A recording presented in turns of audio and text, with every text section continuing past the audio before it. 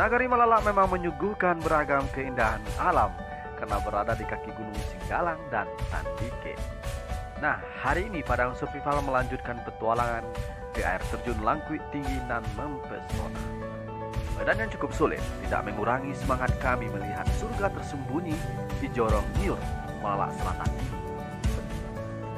Menuju objek wisata air terjun Langkuit tinggi, menelan waktu sekitar 45 menit dengan berjalan kaki.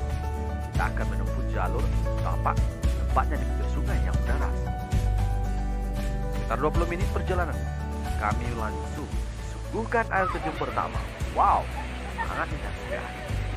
Namun kami harus tetap melanjutkan perjalanan menuju air terjun Langkuit tinggi. 1, 2, jalur menyeberangi sungai telah kami lewati dengan menggunakan seutas tali. Sayang juga tantangan ini hampir gagal ditaklukkan oleh tim Padang Survival dan kami terus bangkit. Perjalanan masih panjang, semangat juang menjelajah terus terpancar dari wajah tim Padang Survival.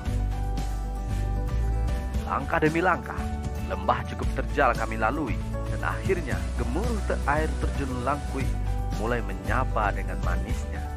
Bergegas dan terus semangat, akhirnya surga tersembunyi ini menyapa tim Padang Survival.